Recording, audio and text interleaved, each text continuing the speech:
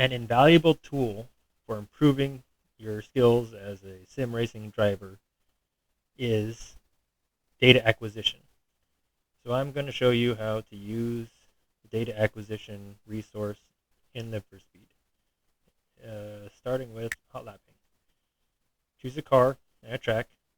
In this game, this car and this track are free in the demo. Do some laps. I've already loaded the setup for the car. You can find setups online. I can also show that at the end of the video. So do some laps. Hopefully I do some fast laps. My wheel's broken, so I can't go as fast as I would like to.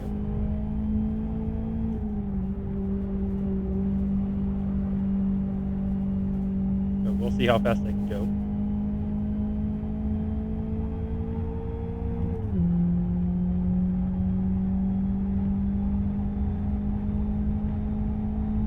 So I want to go up this hill in 4th gear.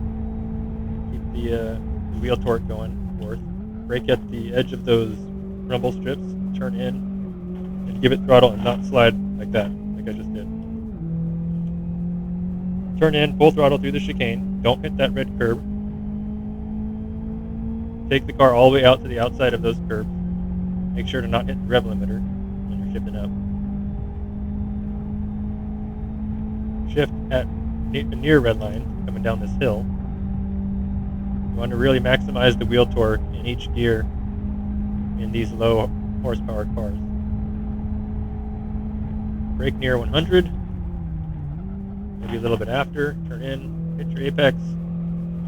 Don't slide like that. I'm going to do a few laps just to see what kind of time I can get. Turn in here, don't turn in too early. I turned in too early.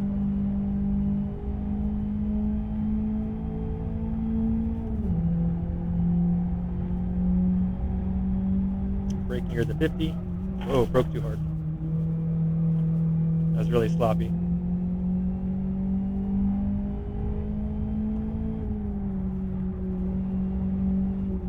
Try to stay off that curb on the inside.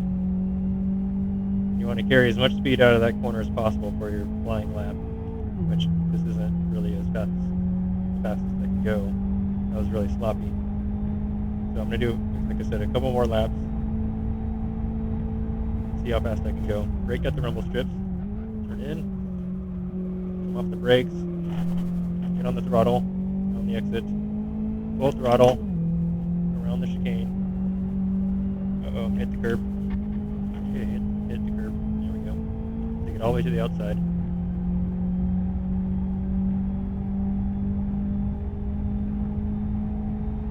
Again, shift near red line down this hill.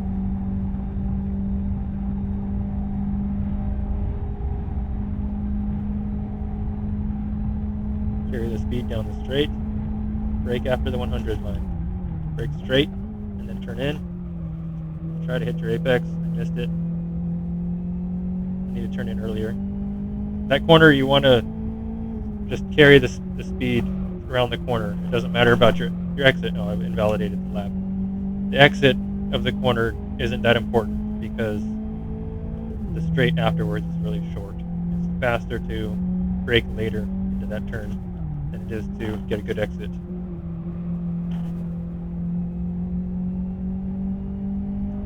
A couple more laps, and I'm just trying to get a decent time to upload. So, next lap is okay. The current lap is invalid. 35.4. I should be in the 34s. Let's see if I can do it in the next lap. Braking on the ABS, and I broke too late. I was too hard on the ABS, and I'm mashing the throttle. Alright, I'm going to have to do a couple more laps, because this one's not going to be a flyer.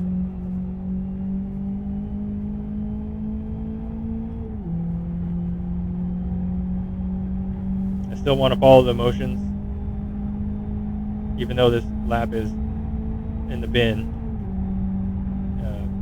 I want to practice every corner that I drive through with the same kind of effort I'd put into a flyer lap.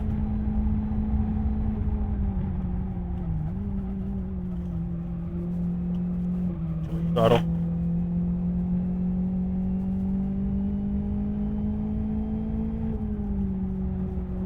Turned in too early.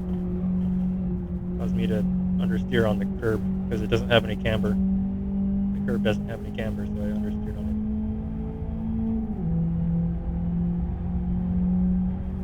Brake somewhere around here.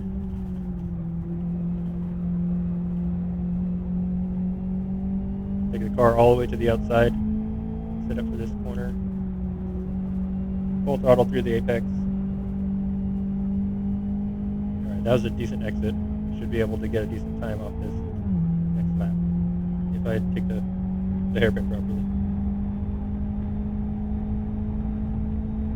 So I'm going to brake a little bit earlier. Oh, still broke too late.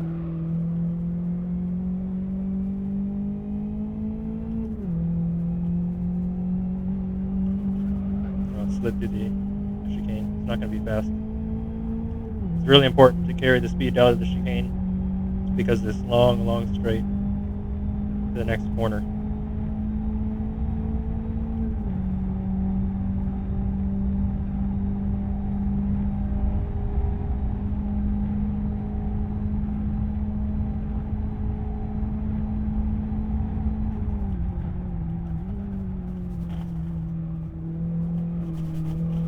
Too much throttle.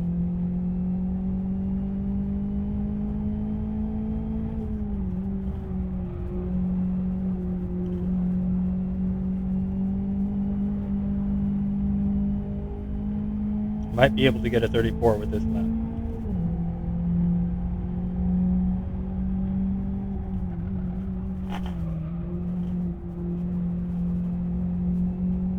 Minimize the steering.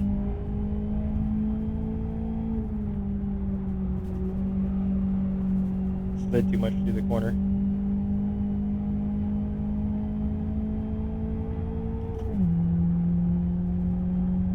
And I got a 34.8. That's good enough.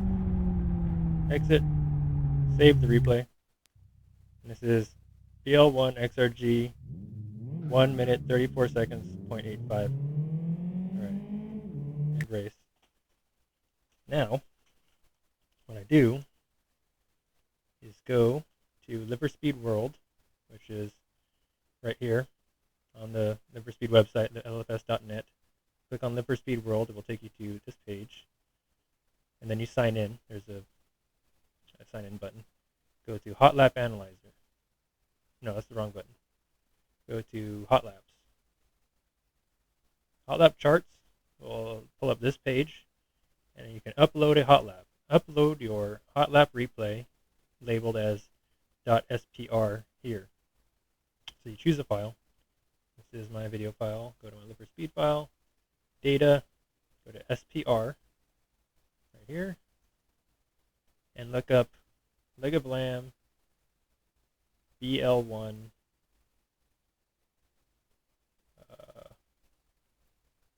130. So I have several of these. I had to do a couple takes on this. This one is the most recent one I did. This is my fastest time, which will load up in there. It won't do this one. Open, upload.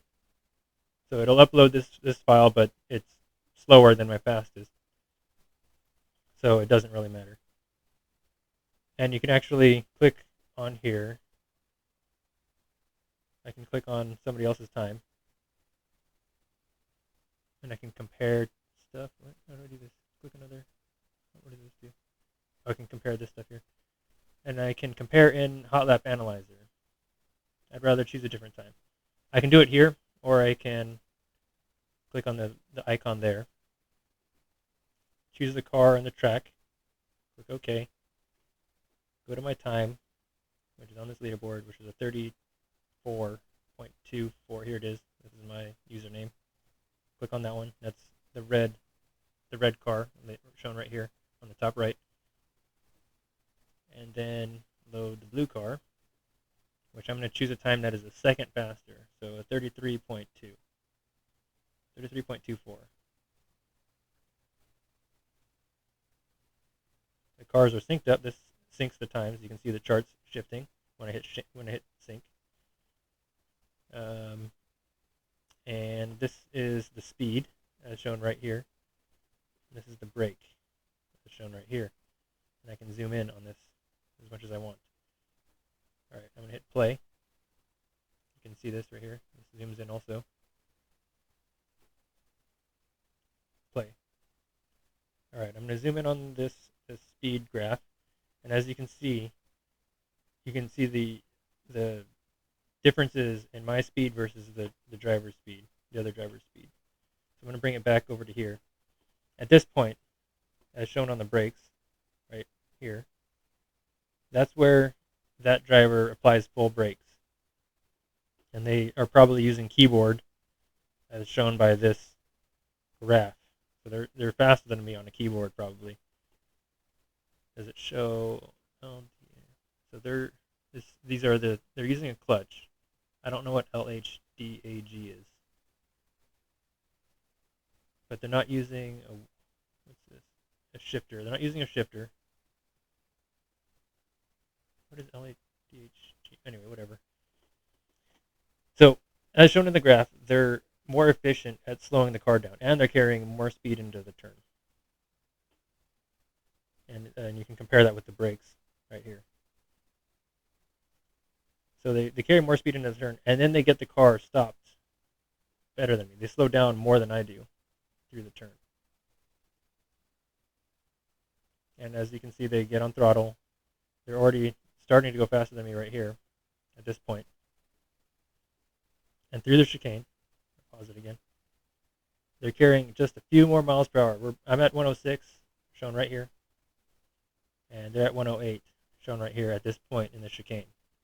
So when they exit that chicane, they're already going faster. They're at 112, 117. And pause it again. At this point, they're 2 miles an hour faster. I'm at 132. They're at 134, coming out of the chicane. And they're carrying that speed all the way down the straight. They would be pulling away if it was unsynced, which I'm going to show here. This is how far my car is behind their car at this point. And now I'm going to pause it for the next braking zone, which is coming up soon. You can see it on the graph. It's coming up right now. Okay, right here.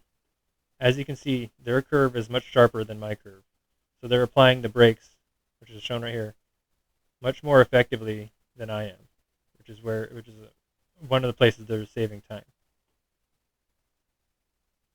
And they're slowing down more than I am. And then at this point, they're going slower than me. And then through the turn, they're going much faster than I am. Through the apex, you can see right here, there's this gap in between my time, or my speed and their speed. This is the speed graph. And you can see the differences in time right here. Red is 91 point. Can I change it from kilometers to miles? Yes, I can. 57 miles per hour. I'm going to go to the largest gap here. So through the apex of the turn, I'm going 56.8 miles per hour. They're going 59.7, pretty much a whole mile per hour faster than me out of the turn. So that's a place they're saving time. And I can unsync the cars to show where they are in respect to my car. And I'm going to sync it back up and play. All right. Again, coming down this straight, they're going faster than me, as shown here or up here.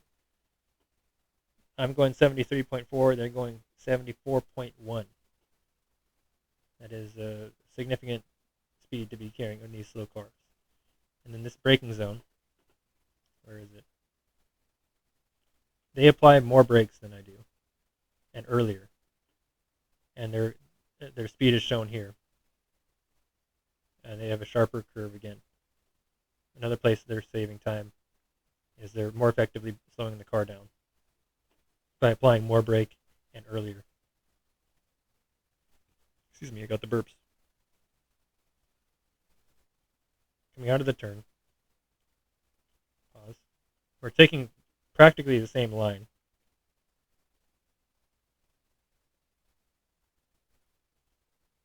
And the same speed, is pretty much the same speed out of this turn. They're actually going a mile an hour faster than me. And out of the turn, let's see, we're both going the same exact speed at this point. And how about right here? Still pretty much the same exact speed. But I'm going to unsync the car again. They're actually this much further ahead of me in real time. Let's sync it back up. Zoom in on the speed graph. And they accelerate a little bit better than me out of the turn. Over the hill. And into the next turn. Again, the same trend continues. They have a sharper slowdown rate. Their speed changes more drastically than mine because they apply the brakes quicker, as shown here. They're on the brakes quicker than me, without locking up, obviously. They carry more speed through the apex. Then we're going pretty much the same speed out of the turn. Then for this next turn, pause. Here, the speed difference. I'm going 71.4 miles per hour. They're going 74.4 miles per hour. And that is another place they're gaining time. And their speed through the apex, as shown by the gap in our speed differences here, is much faster. So they're saving a lot of their time in the entries to corners, as compared to me. We're going pretty much the same speed out of the corner.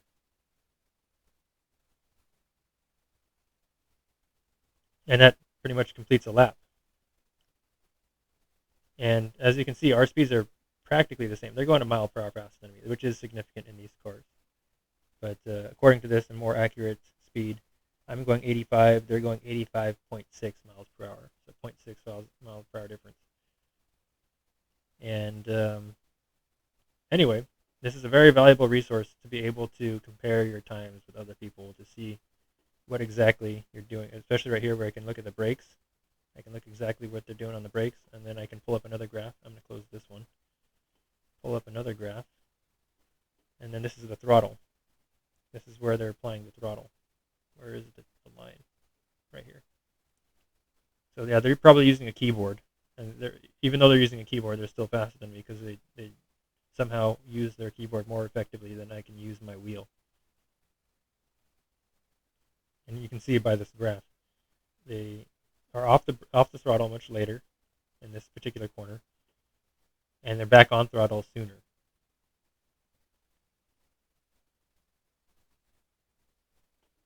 And this is all available on liveforspeed.net. Excuse me. The game is a free download here if you're really interested. It doesn't really matter to me. It's the demo. It comes with. Does it have information on the demo? There's nothing about the demo on here. Anyway, the demo content, is it in the contents? Here we go, demo. The demo has these 3 cars and this one track. And then these other licenses are available. I'm not really trying to sell the game, I'm just showing you that it exists. And that's pretty much it. If you can find data acquisition software for whatever sim you're playing, you definitely should use it. It's a valuable or invaluable resource. You can't put a price on it. I mean, technically they do put a price on data acquisition. You can buy them for real cars and stuff. But when you actually are using it, there's no substitute for data acquisition. All right, that concludes this video. Till the next one.